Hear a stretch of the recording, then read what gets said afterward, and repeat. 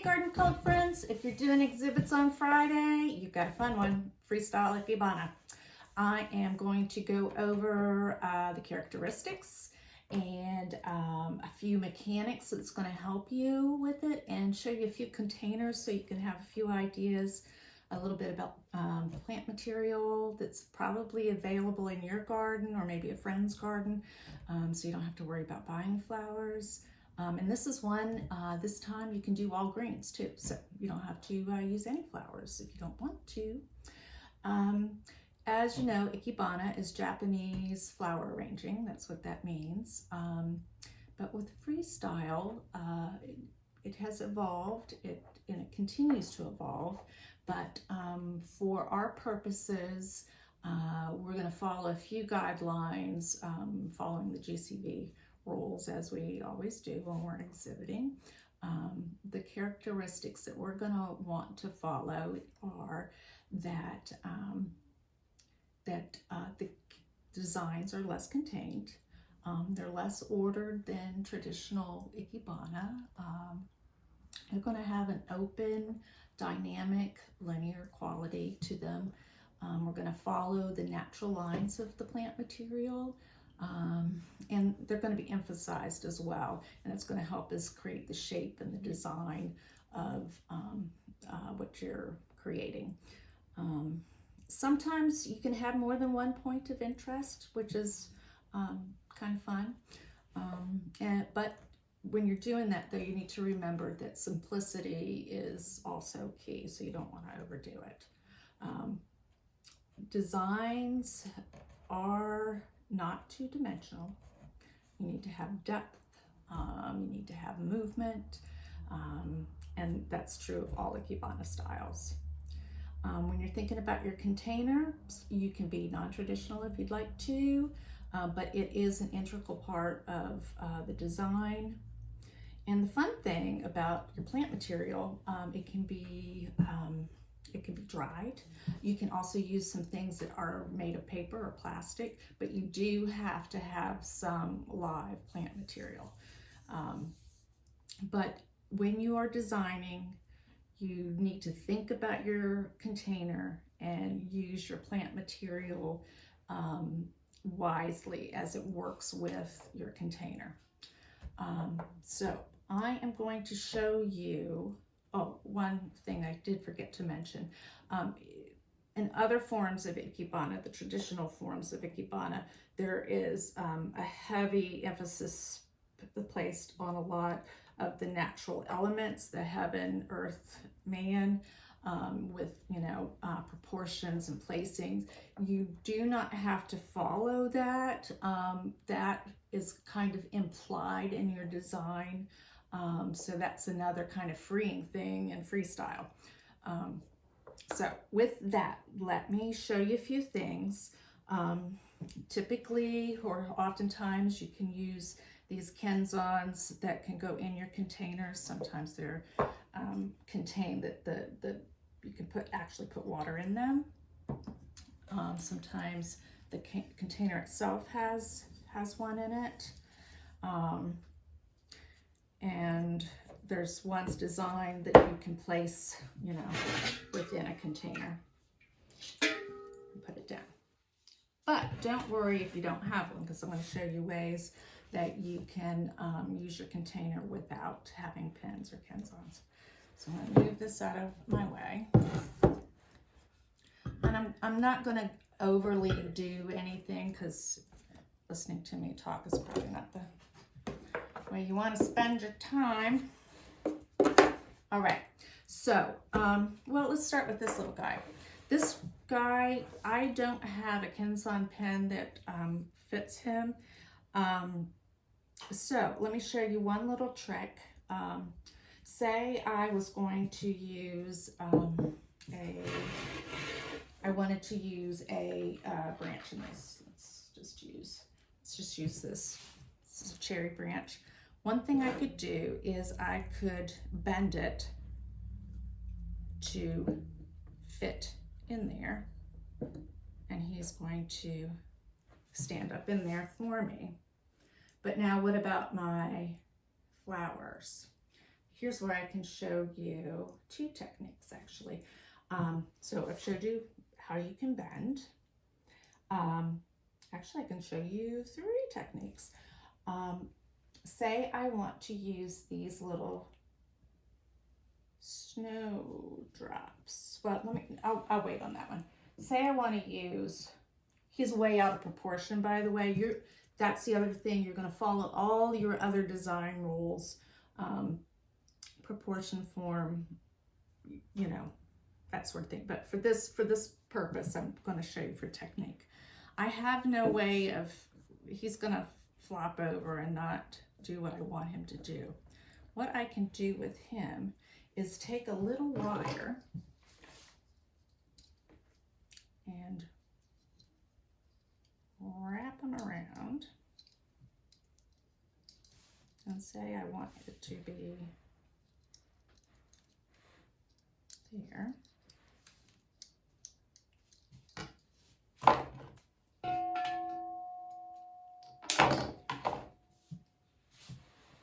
I now have a pen. A pin. And now my branch becomes a Kinza. See? Ta-da! Okay. One little technique. Now mind you, he is out of proportion a little bit. Okay. Okay, now that we've done the bending and making a little wire pen, let me show you just a couple more techniques before I show you some containers. One is called splinting. And so I have these delicate little snowdrops, right? They're not going to stick on a Kinzon very well, right?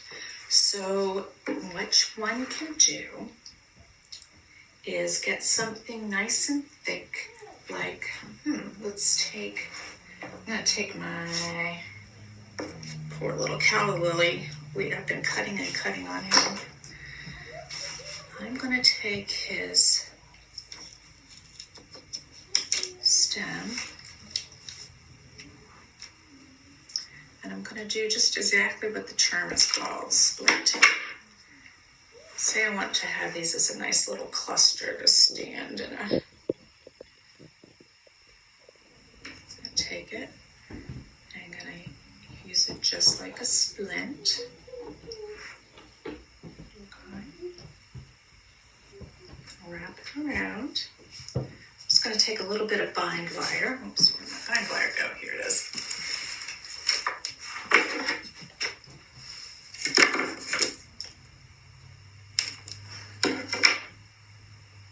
You could use floral tape if you wanted to.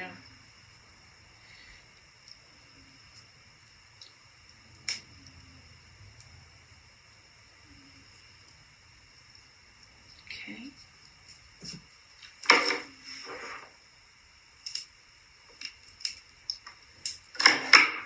And see, now I have material that it can actually stick. See? Ta-da! All right.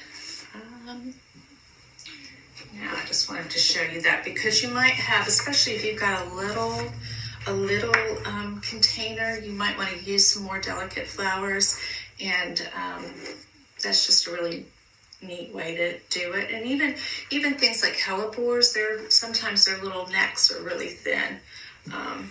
So anyway, okay, here we go. Let's look at some container types. Here's a vase with some kind of funky handles, and that kind of stands out to me. So the first thing I thought about was contorted pussy willow. Kind of reminded me of that as something you could use. It could go upright, it could go sideways, and then have some striking flowers with it to stand out against that brown. Another common vase shape that one might have would be like this, and you could stick your Kinzon inside of it. Again, you could, very simplistic, you could have some upright material with, flower, some leaves, Again, you could go across. That would be very simple and easy. Nice little piece of wood. This, you could use material that could stay out of water, hold very well. Hellebores hold really well. A lot of your evergreens will hold well. Mandina leaf. Again, don't forget you can use dried material. I would just use some U-glue dots or floral glue, or you could just roll up some tape or some stickums or something like that. Makes a nice little vase. You know how I like natural things and foraging. All right. Let me go ahead and maybe do a little bit of arranging for you. Let's use this guy. So I can show you that you do not have to have a hands-on to arrange. Okay, this is one of those branches that I showed you, what, 3 weeks ago, our last meeting 2 weeks ago, and he's starting to open up. This is that magnolia, and okay. So remember, we cut on the diagonal, which I just recut him, so I'm not going to cut him again. I'm going to use him sideways. And he is not going to stay like that. So I am going to use another branch. Just use this pussy willow branch to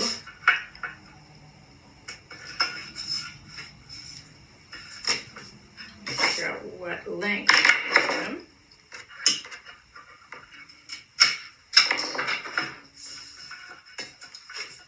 Figure out what angle I want my magnolia.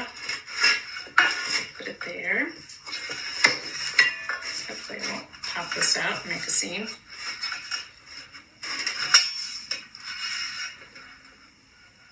There we go.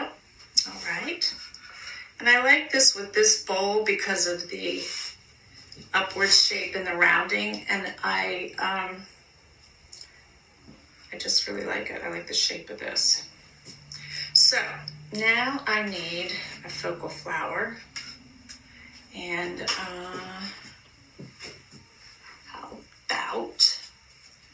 how about this, Mr. Hellebore? And again, because I've got this branching, I'm going to use my branches. Oh, I do want to show you this. I taped his little neck with floral tape, and I used brown so that you could not see it. Now, I want to maintain this natural, the natural arc of that. So I'm going to put another branch in behind that.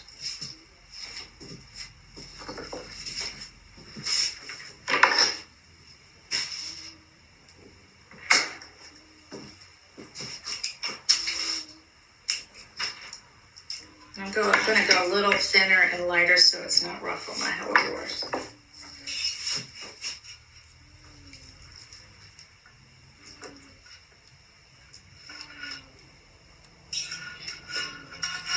And if you can hear that light snoring, it's my cat. Apologize.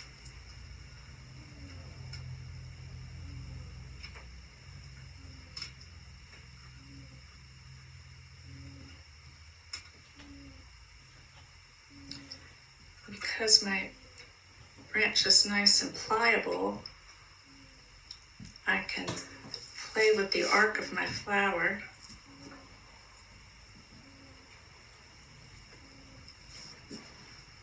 And there.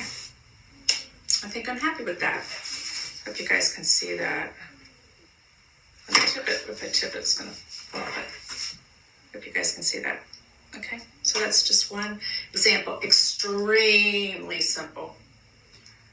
There's open space. It's got some movement to it. It's following the natural line of the branches. It does have some line to it. I think it meets all the criteria. I hope it does. At least it shows you some mechanics, right? All right, I'm gonna set that over there. Now, what can we do with, let's try this. This is a cool little vase.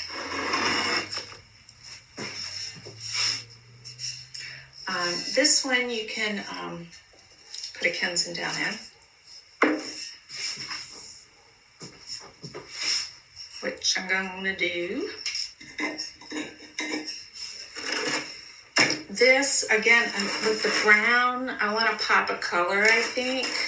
Just being modern, I want some color. And I want to show you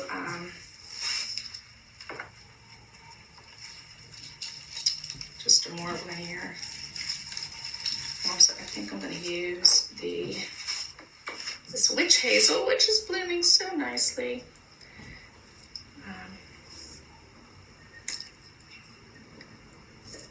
So, again, I want to make sure. Of course, I don't have water in here, but I'll do that later. So I'm going to push it down. You're really going to have to, you're going to really have to push. I'm going to turn this around just a sec. I'm not very good at arranging backwards.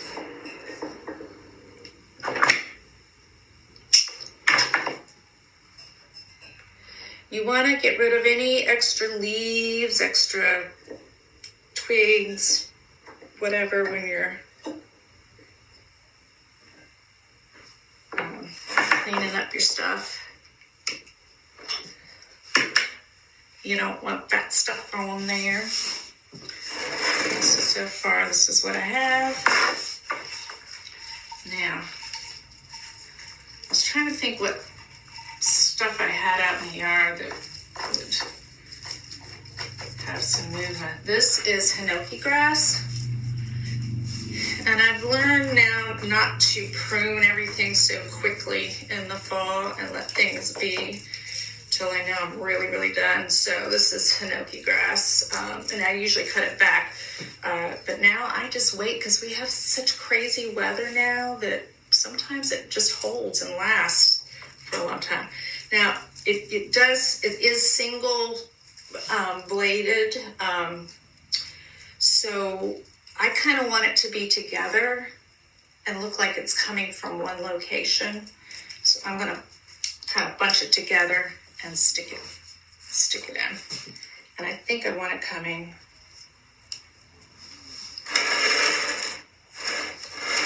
I think I want it coming from behind.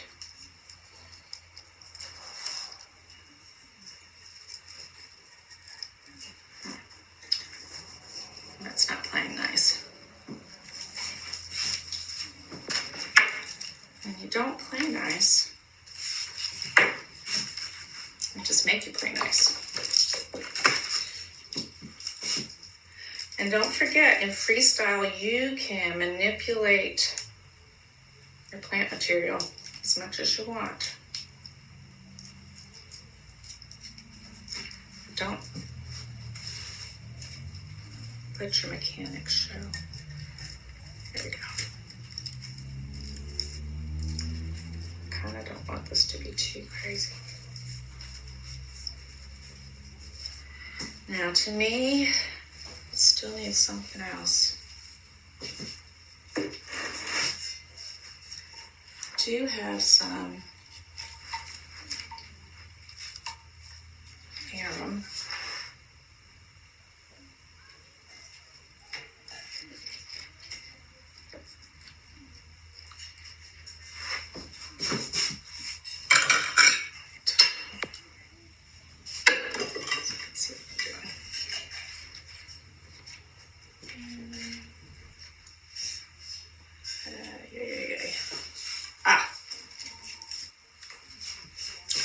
This would be much, much better.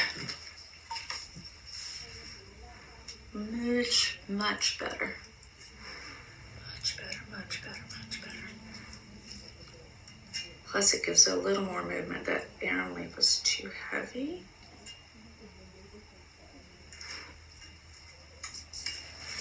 This is off of a house plant that I have.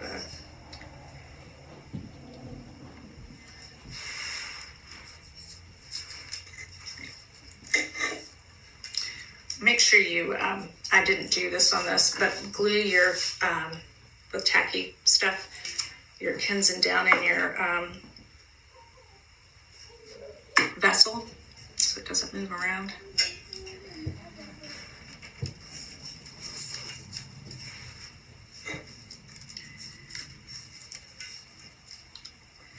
Oh, for heaven's sakes.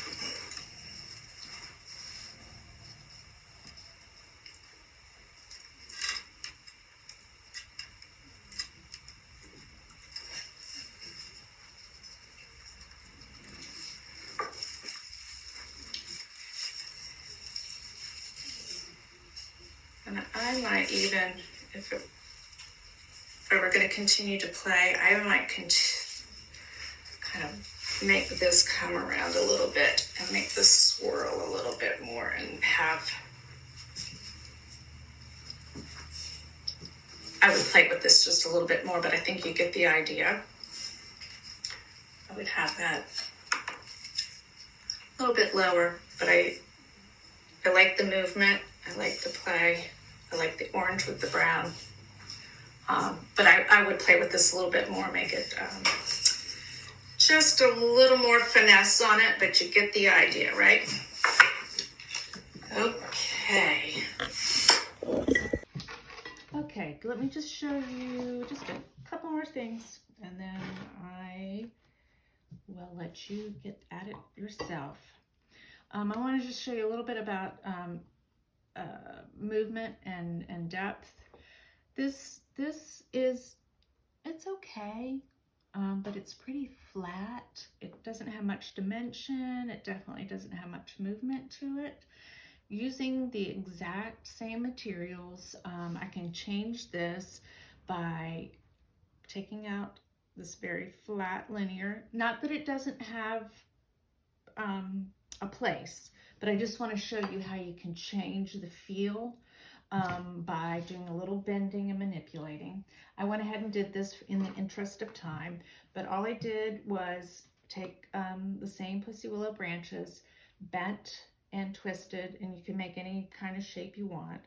And by doing that, I have created some depth and some sense of movement, and it kind of emulates the shape of the vase and makes a little more 3D. I would play with the position. You could like build out triangles. You could make it whatever shape you wanted to, but it's just to give you an idea that you can play with the shape of the material to make it have some more depth and some more movement to it. One more example of playing with the material a little bit. This is a cool, funky little vase. It's actually a container. I took the cork out of it.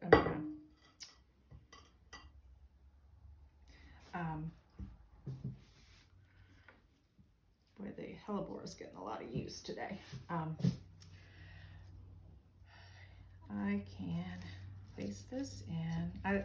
Again, I like the curve. I like how it's playing and moving with the vase, the shape of the vase.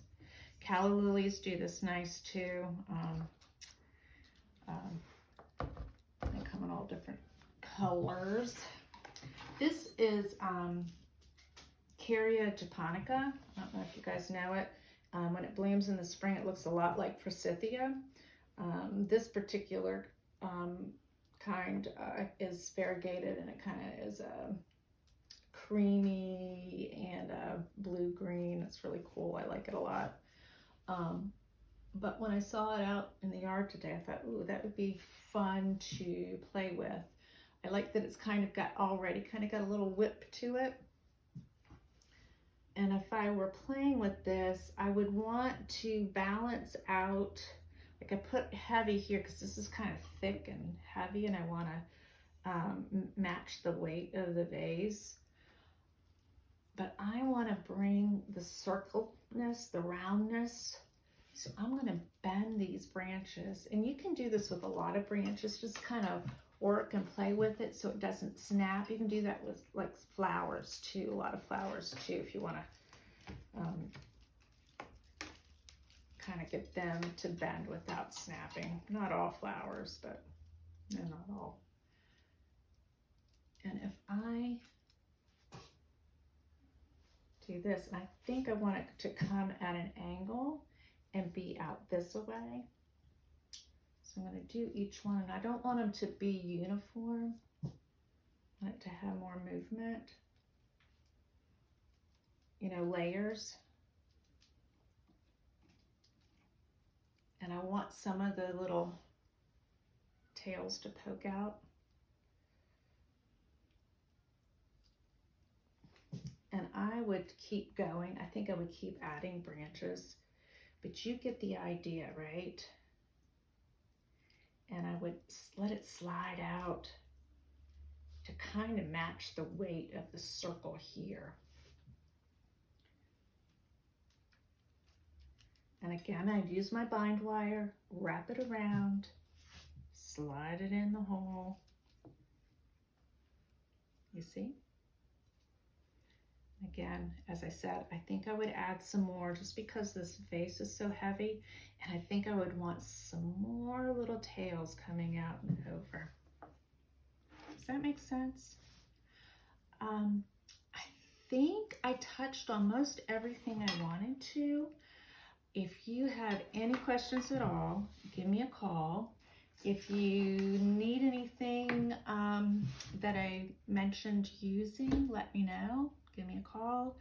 I feel really weird talking to a camera and not talking to you guys in person, but I'm here to help. It's a lot of fun just to play.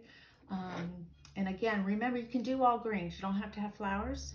So I can't wait to see what you guys come up with. See you soon. Bye.